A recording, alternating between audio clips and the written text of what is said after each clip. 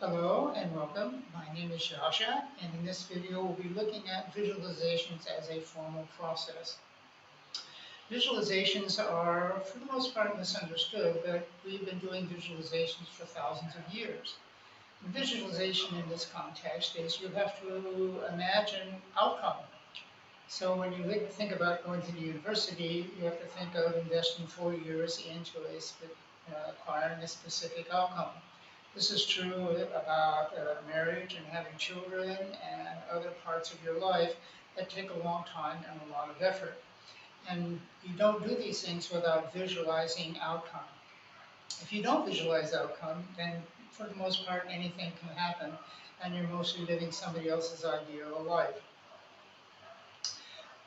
Some ancient examples of visualization outcomes are the Egyptian pyramids, as far as tombs and all of the information that resides in tombs means that people have visualized a different kind of outcome according to death and in relationship to death. This has been true in burial mounds that goes back tens of thousands of years. So these are all visualization processes that don't include a very specific, um, recognizable detail. It's something that you imagine. What we're going to do today is look at the Tambolian Map in its relationship to one's personal decision making. And it happens to be a formal Buddhist tradition, and a tradition that includes a relationship between a teacher and a student. Now, when a person comes to a master and decides to become a student, there's a mutual agreement that takes place between the teacher and student. The teacher, if he accepts that person as a student, will accept to take responsibility for that person's consciousness for the time being. They put it in a very specific place. The student actually invests in a master insofar as he expects the student would expect a reasonable and a helpful outcome in his investment in time in that teacher. So there's an actual sharing of values that are different between teacher and student and teacher. In this formal practice, the Tambolian Map, you have to imagine that when people come to someone for advice as a teacher, mostly what they feel is that there's veils covering them up, hindering them from seeing properly what's actually right in front of them. And what a teacher would do to a formal student would basically cut a window in those veils and open up that window. And from a meditational point of view, what you would see on the other side of that window is the Tambolian Map. And what we're going to do from now on is look at the very specifics of the Tambolian Map that has been true for thousands of years. Now this Tambolian Map, as far as the lineage is concerned, is I learned all of these meditations from Tibetan lamas in the early 1970s. I did the original map in 1982. This version is a 1993 version of the map. We're hoping to make a third version of the map eventually, but we haven't been able to do that yet. Now the Tibetans used all of the information they got from Padmasambhava and the Buddhist tradition from Sarnath in the 7th century. Sarnath basically organized all this information from early Buddhist teachings. And the early Buddhist teachings about visualizations of the wheel of life and the tree of life basically come from the Buddhist Brahma tradition. And the Buddhist Brahma tradition comes from early sadhus and yogis that preceded them by maybe for thousands of years. So this example, the Tambolian Map example, is an English a translation or a transliteration of the symbolism of the Tibetan version of a map of your mind with all the lights turned off. So now we will go to the map and I'll show you the details.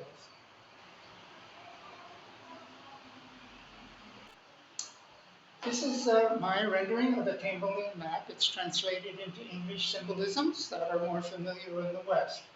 The frame on this map is the extent of the window into this particular visualization. Also, you need to appreciate the fact that the visualization extends beyond the border of this window. And part of it is finding out what's not actually in the window. The map begins with this pathway through the bottom of the map. And this is a pathway people recognize as a kind of a formal investment in getting somewhere other than where they are. And that implies that you have different doorways off the path if you notice them. Most of the time you don't notice them, and often you wander right past this whole visualization process and not notice. That's when it's called a grail moment, or a gray castle moment in Western symbolism, where you get a glimpse of what the possibilities are, but you don't invest in that. And sometimes you have to go back on this path and spend a good deal more time trying to get back to this original view so that you can actually participate in it. The basic symbolism here is you have the Baba Chakra, the Wheel of Life, and that Baba Chakra and the Tree of Life are very traditional Buddhist and as well as Hindu visualizations and organizations of how people make decisions. Underneath the Tree of Life, you have delusions, and these are the jail cells that you create for yourself, investments in money or relationships or sexuality. And the jail cells are hard enough to get in and out of. But at the bottom of the delusions, you have obsession. And envy is another way of looking at getting into this bottomless pit of obsession. From a meditational point of view, there is a bottom to the bottomless pit, and you do not want to go there. So this is beginning, and behind, even beneath the bottomless pit, you have truths and falsehoods. And truths and falsehoods are pretty much in every direction. It's not that if you go in one direction, you always find truth, and if you go in another direction, you always find falsehoods. It's not the case. There's truths and falsehoods mixed together in any direction you go, and in fact, every direction you go. And if you push hard enough, you get to these truths and falsehoods. And that's where it takes a mindfulness and a discriminating mind to decide what is valuable for you. On the other side here, we have land of clarity. And this doorway is open. It's never locked. It goes in both directions. And to get through this doorway, you have to name your gate guard. And a gate guard is your own personal hindrance for figuring things out. And if you keep telling yourself you can't figure it out, that's your gate guard. And you should say, yes, I'm qualified. It's all right if I do figure it out. And let's go find out what's going on. And you pass through the gate, and you get into this whole symbolic structure of a land of clarity. And you have pathways that take you to various places within this land of clarity. Above that, you have the earth. And the earth actually gives you an overview of this land of clarity. And in that particular place, you have to answer the question, what am I doing here?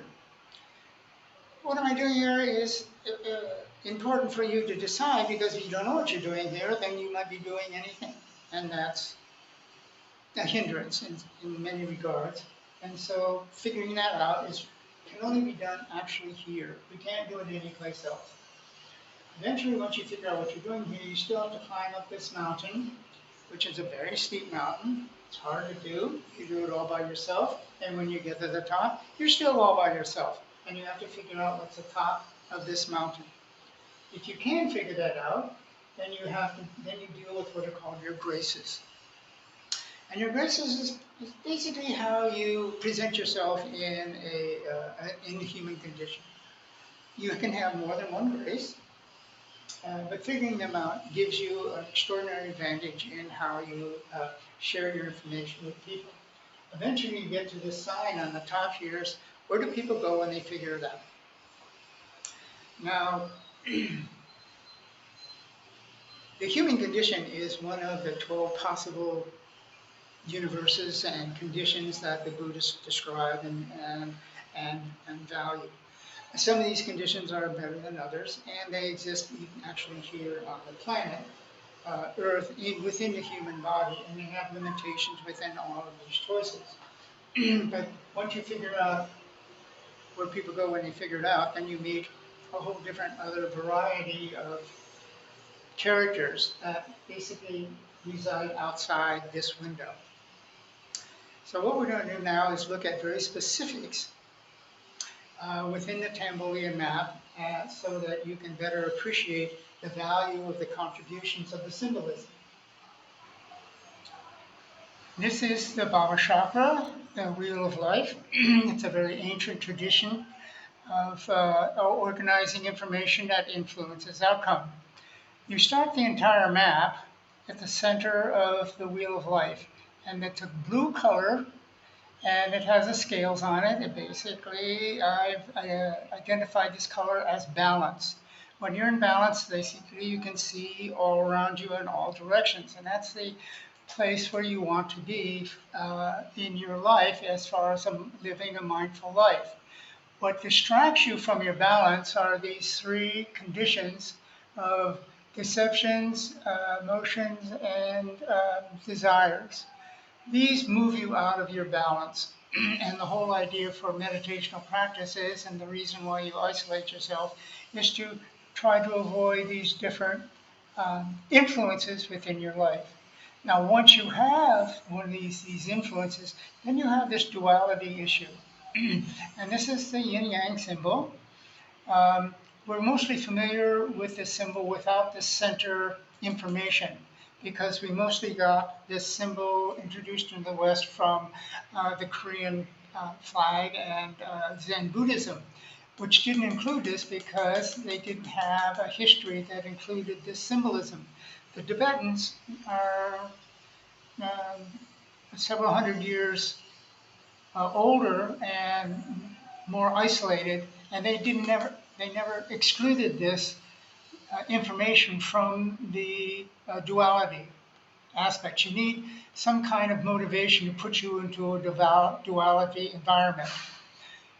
And this is a prosperity cycle. What it means is you can't always build things. Sometimes you have to unbuild things in order to make room in your life, in order to proceed on to a different kinds of events. The Zen koan is about the cup of tea being full of water, and the master says, your cup is full, I can no longer put information in that. The Buddhist mystics say about this is that full or empty, both and neither often matter. So this prosperity cycle means you have to unravel much of your stuff and you wind up in chaos, which is a very difficult place to be. But from there, you can start building another process to see what that may mean in your life. This cycle also has 6 different environments that you find yourself in. This is the best of all conceivable places. This is you're the boss, mostly unfulfilled, totally unrealistic, instinctive nature. When you're totally unrealistic, you're completely out of control of your life, and this is not a very good place to be. But you can't think of yourself, you can't think your way out, you can't ask people to help you out. The only way to get out of totally unrealistic is some kind of instinctive nature that says, go this way. Then you have spiritual quest. Now, this doesn't mean you go into a temple or a monastery, but it does mean that you appreciate the quality of your life and that you maybe have more important things to do. What binds us all together is a circle of chain links. And these are issues that influence the whole inner segment of the Baba Chakra. And what it implies is in order to change your mind or to change your behavior, you have to break one or more of these chain links in order to get free of this whole process. And that's why it's so difficult when you have to change your mind or go into a new situation to basically cope with the new bits of information that reside there. Now, balance again is the theme of the Baba Chakra. If you get too far out of balance, you get roasted. And that's in no matter what direction you go. If you go too hard, go too fast, you're going to get roasted. That's even if you're going in a good direction, you get roasted because they don't like you there either. So the whole idea is to try and avoid these flames and stay within that balanced environment, which is a pretty exclusive place. And for the most part, no one can really find you there anyway because no one looks. The next segment is the grand illusion. This is the grand illusion, um, and this is portrayed by a tree of life. In Tibetan, it's called the Longchen Nintik. And in the Longchen Nintik, you have four pathways that um, portray different choices that you can make in your life. We'll go through each of these pathways. This is called the inner house. And this is the house that basically you have to clean up from your meditations, as far as cleaning out your attics and your basements and your storage containers and all the pathways and investments you have and all of the choices you've made throughout your life until you can pass through this door into the darkness. The darkness within your life is an important aspect because that's where you hide your childlike quality and that's where you hide truths about yourself. And this darkness in this particular meditation process is a really stressful time in your life. Again, that's why they put these monasteries out in the middle of no place so that you can get through this darkness within a protected environment.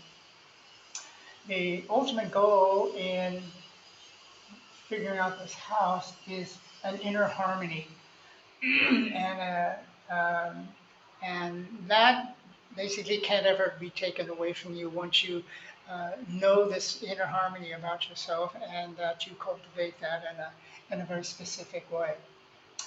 Organizational development here deals with relationships. Now, most people think about businesses as a pyramid with the boss on top and everybody supporting the boss and everything is stable. And, well, in fact, that's exactly the opposite of what relationships and organizations actually are. And the symbolism for that is an inverted stake.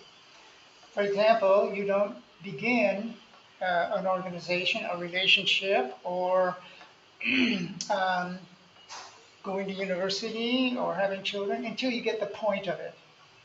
And the point is a very, very specific moment in your life where you get the idea that you can do something. Once you get the point of whatever you're going to do in this relationship, in business or personal life, then you begin.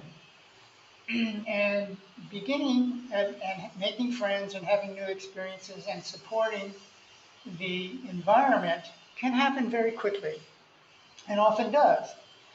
But if it has to take place in this order, because if you try and make friends or get support without friends, it doesn't work. So it's a very sequential process within an organization or relationship environment.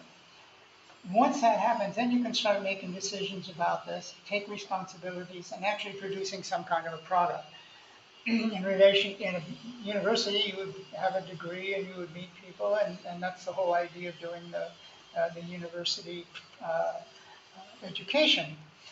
In relationships, you have a family, you have a house, you have an environment that supports relationships. There's a gap between people, the production people, and the political people. And that gap is very specific. And if you don't do that gap, you will not be invited within the political environment.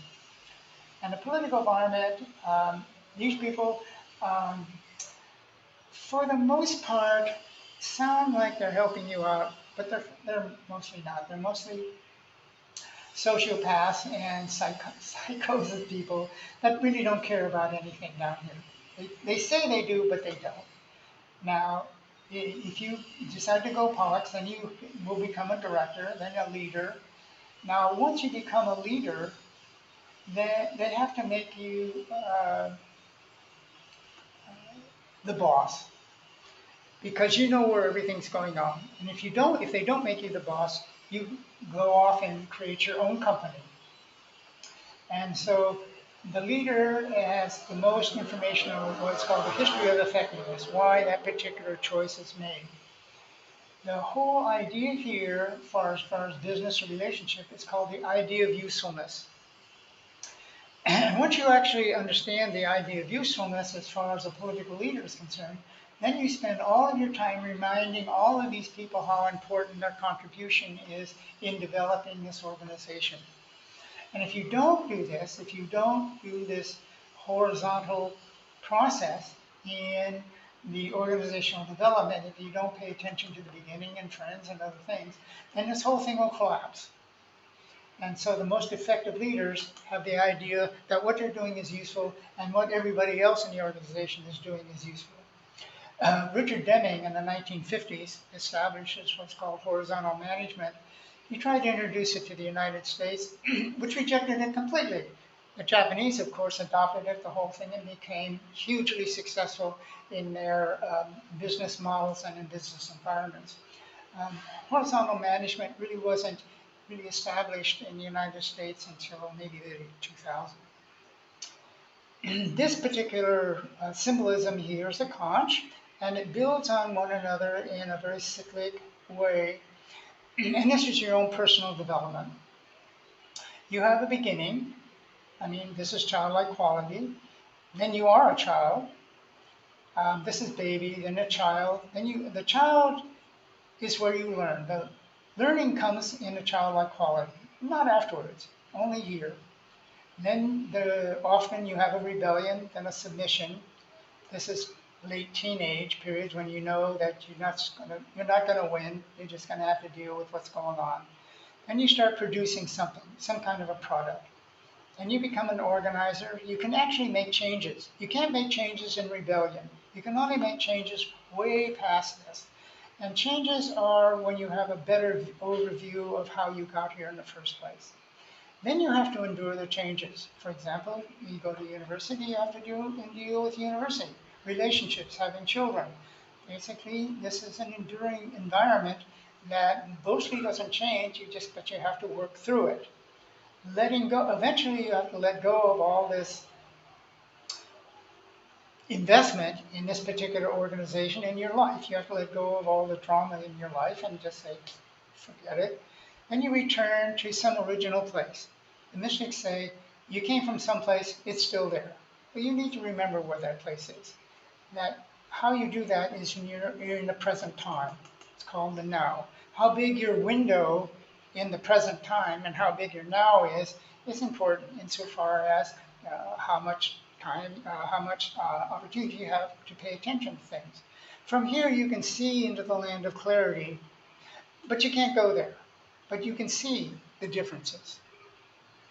Down here in the bottom of the tree of life is the mystical path.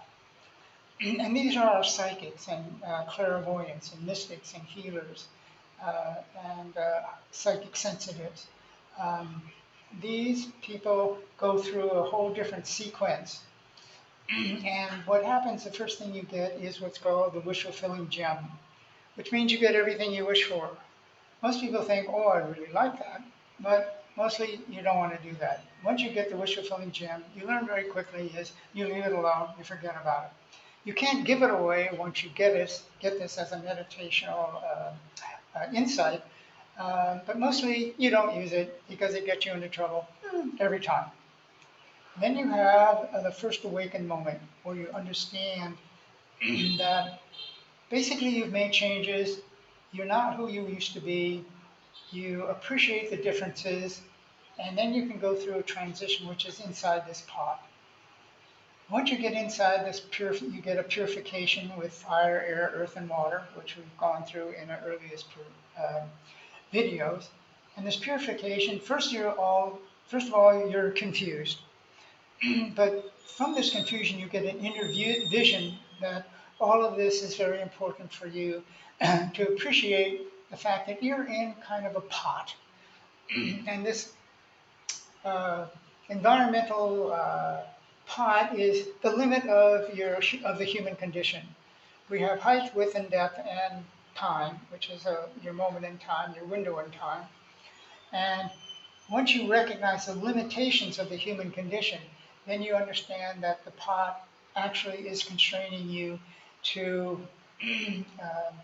somebody else's idea of a life. From here, you recognize that someone's stirring your pot to keep things in turmoil. And that's usually the feminine quality. The feminine quality, the meditation on the feminine quality, is a really difficult meditation, and you have to figure this out. And you have to meet this feminine quality on her terms. And then you understand, why mothers and daughters and girlfriends are such a big problem, because they stir your pot. Wonderment is the appreciation that all of this is valid. And this recognizing the tree of life is more than just these pathways. You have the delusion that are the roots of the tree of life.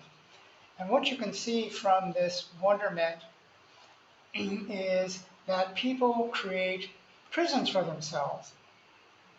And lusting and giving and lusting, this is Scrooge and the Christmas Carol, where he's lusting after money and things until he recognizes that's not what making him happy. And then they start giving away everything, and that doesn't make them happy either. So this is a duality issue that you shouldn't lust too much, you shouldn't give away too much, you need to balance this. Love and anger. We think that love is the most important thing in life, but there's more important things in a relationship other than romantic love. You have caring, you have support, you have giving, you have nurturing, you have compassion. We have other words for establishing a more wholesome relationship, which is here. Breaking out of these prisons it's just hard to do. And the other is despair and hope. We're having a huge problem, certainly in the West, with drug addiction and alcohol addiction and all sorts of other addictions, because you have despair. And what they're saying is that, well, they're hoping that these people will get better. And the answer is, no, they're not going to get better. Because they're in despair. They're locked themselves in a cell. You have to figure out how to open the cell. And not through hoping, you have to get them out in another way. The most difficult aspect of the delusion is this bottomless pit. Envy is one of the things you can get put into this bottomless pit. There's other things that get you into this bottomless pit. Addiction problems from here, but there's other kinds of expectations and fantasies that get you into this bottomless pit. Now the mystics will say, there is actually a bottom to the bottomless pit, and you do not want to go there. So this is an example of the tree of life and all the symbolism within the tree of life, and that is mostly included in the Longchen Mintig visualization. But once you figure this out, the whole idea is to get through this doorway into the land of clarity. Now the land of clarity is definitely isolated. And the reason it's isolated is you don't want these people in here, because these people are a little bit crazy. It's not that these people aren't crazy, but they're crazy in an entirely different way. And they're mostly paying attention to what is called, this is the river of life, which goes around in a circle. So once you can get through the gate, you have a scroll here, and one of the directions you can go to is, where does power come from? And power is a really big problem within the mystical community, and basically you don't want it. So that leads you to this castle, and you create churches and this following and all sorts of drama dealing with what you know and what other people don't know. It's a really big, huge problem, and you have to avoid that, and you want to come down here and go into the river of life. There's a different questions you have to deal with in the river of life. What's the difference between good and evil? What is the river of life made of itself? What am I? It's not what am I doing here, it's what am I? What happens when you throw yourself into the river of life? You go over the waterfalls, and you hit the rocks at the bottom of the waterfall. This is not a pleasant thing to do. You have another opportunity to get out of this and get into the sanctuary here, but you mostly miss this. So you get crunched by the waterfall, then you get eaten by the alligators, you ask for help, and it's not going anywhere, and so you go around the circle again and you start this whole process all over again until you can figure out how to get out of this whole cycle of the river of life into sanctuary. And in sanctuary, you have to figure out who your partner is. And this is often not another person or teachings or anything else. Who is your partner is an important meditational distinction. Once you figure that out and you have these four doorways here. Name the island, who sees, who teaches, and then you have this, where is the beginning. These are the four doorways that match these four doorways. If you peel away the symbolism, you get this information that's hidden behind this where you can't see. But once you get through these doorways, one is a boat that goes here, one is a bridge, one is walking across the water. And you wind up in this planet that says common ground. Common ground is a meditational distinction. Since once it's achieved, basically you're someplace, and you're able to see other people who have made this part of their meditational experience and basically live there. From common ground, you answer the question, what am I doing here? And what am I doing here is important to eliminate all the other reasons why you're not here. Then you get to climb up this stairway way up to the top of the mountain. And this is Mount Meru. It's an inside mountain. It's all of your stupidity, and it's called Mount Stupid. And Mount Stupid, if you imagine Mount Stupid, and I think recognizing when you come across the 5-year-old who's being very quiet, and you open the door and say, "What are you doing?" The little person just throws their hands up in the air and whatever's in it and say, "Oh, nothing," and try to go in their smile box and say, think of nothing's happening. This whole idea of taking stuff and throwing it over your head behind you has created a whole mountain of stupid stuff you've done that you don't want to talk about, you don't want to think about, you don't want it in your body, but it's nevertheless, it's following you around all over the place, and it's about a week behind you and about 3 feet behind you.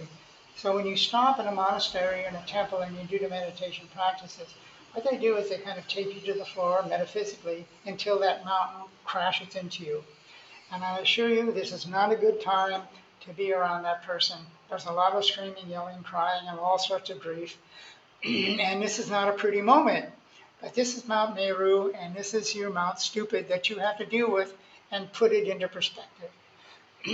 What you realize at the top of Mount Stupid is that you've actually been doing everything the best you can all your whole life. And then you realize that everybody else is doing the best they can, however much that is. It's not something for you to judge. You're not in a position to move into their environment and say you would have made better decisions or better choices. That's not possible. And it's also not possible to go back into your life and say, I'd like to change some conditions. You can't do that.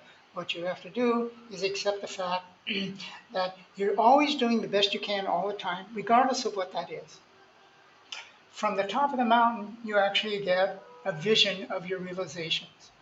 And that's you're either a hermit, mystic, a pilgrim wanderer, or a teacher friend. And these choices you can make from this point of view. Now, most people that get to the top of the mountain don't make any of these choices. They choose not to do that. They choose to go straight to their graces. And to figure out what their graces are is only done in this environment. And it's a very bright light. If you think about the allegory of the cave in Plato's Republic, it's the idea of walking from your cave up through all of the confusions and delusions within the cave, through the doorway out into the sunlight, which is here, from the fire behind the walkway, and then walking up through the walkway out into the really bright sunlight, and that's where you figure out where your graces are. And then you know what the way is, what wisdom is, and the limit of experiences within the human condition. Then you go where people go where they figure it out. Now, once you figure it out, doesn't mean you're enlightened, doesn't mean that you're an important person. It doesn't mean that you should do anything. It just means you figured it out. That's all it means. And figuring it out uh, can be helpful, certainly in your life, and something I think it's worthwhile doing. But there's no certificate, there's no guarantee, there's no extra money, there's no retirement benefits, there's nothing. There's only you figured it out. And you meet other people who have figured it out, and they may have taken many different pathways to get to their graces and figuring it out. And what you're going to be able to do is appreciate the different choices that people have made in order to actually figure things out. That is a pretty good overview of much of the symbolism within the Tambolian map. And I think my friend Matt might have some questions in relationship to this presentation. I did want to touch on one thing that you brought up earlier, is over there on the wheel on your left hand, yes, just here. When somebody reaches that symbolistic or fire symbolism, what does that indicate? Well, again, balance is in the center. If you get far enough out of balance, you will get roasted. You will be destructive and self-destructive. And once you're far enough out of balance, you fall over, you crash, you die. And once somebody is completely out of balance and falling into whatever the unknown is, it's impossible to bring them back and put them into balance. And if they aren't able to figure this out on their own, which is really hard to do because you got yourself out of balance in the first place, and once you get to the flames, mostly you're done. You're cooked. No one can help you. There's no one there to help you. And you mostly can't even help yourself. So avoiding the flames is probably a good idea. And once you start feeling the heat of this out of balance condition, uh, the whole idea is to change your mind and change your lifestyle. Now, in the West, people are doing a lot of unhealthy drugs, and they keep becoming more and more invested in this lifestyle choice, and then they die. Something like 30 or 40,000 young people die of drug overdoses because they can't bring themselves back from this turmoil and flames of being so far out of balance. So is the wheel, again referring to the upper left-hand corner, is the wheel a synopsis basically of the whole map? Or is that the starting point and you just have to avoid the fire, like going too far? I think that's a good explanation. It is a summary of the human conditions and the choice you make within the human conditions. The tree of life gives you a much more detailed and specific choices within that, within your lifestyle choices. So the Baba Chakra is more of a detailed explanation of the symbolism here without actually referring to it. The land of clarity is a deeper application of this. And the whole idea here in a visualization process is that you notice this mountain and this mountain are very similar. So what happens is this is a foreground here, and if you peel away this grand illusion, what you see is this.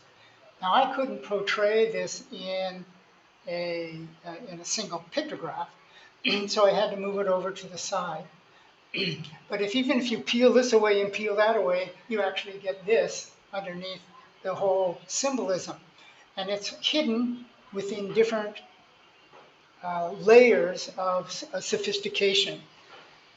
But my opinion is that this was a good overview, but we needed more specifics to help us through this whole pilgrimage process. And you'll notice that the pilgrimage from the bottomless pit up to your chosen path into common ground up into the graces is kind of a step that you step from here to here to there. And it is a kind of a step process. But also I base the symbolism not only just on the Tibetan visualization processes, but also on Plato's allegory of the cave. Now, having said all this, do you have to be part of this metaphysical initiation to understand this, or do some people just naturally get it and progress from the wheel to, say, the tree of life and move seamlessly from there over to the land of plenty, for want of a better word, and then up to the graces, like seamlessly? Is that possible? Absolutely, and I think many traditions actually encourage people on a path very similar to this. It just turns out that the Tibetans and the Buddhists have been very specific about the conditions within that path, where Plato's allegory of the cave is only a page and a half long, and the Christian symbolism, for the most part, in this pilgrimage is pretty obscure, although it's still within the Christian tradition. It's in the Muslim tradition as well. But it's more of a metaphysical application of uh, the tradition. But no, they exist in all formal religious and spiritual traditions. And no, you don't have to be this specific.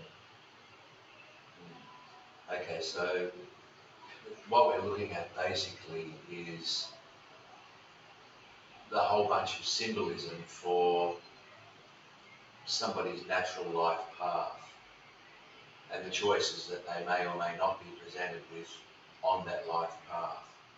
I completely agree. And to be able to make reasonable choices within that pathway, you have to have mindfulness as a ongoing personal choice that you make pretty much every day in your life. In fact, many times during your life, during the daytime, you will make decisions that are predicated on mindfulness as far as what outcome might be. And the feedback loop here is very specific because you know when you make a mistake. You know when you're not going in the right direction. And so the guidelines on this pilgrimage are very specific.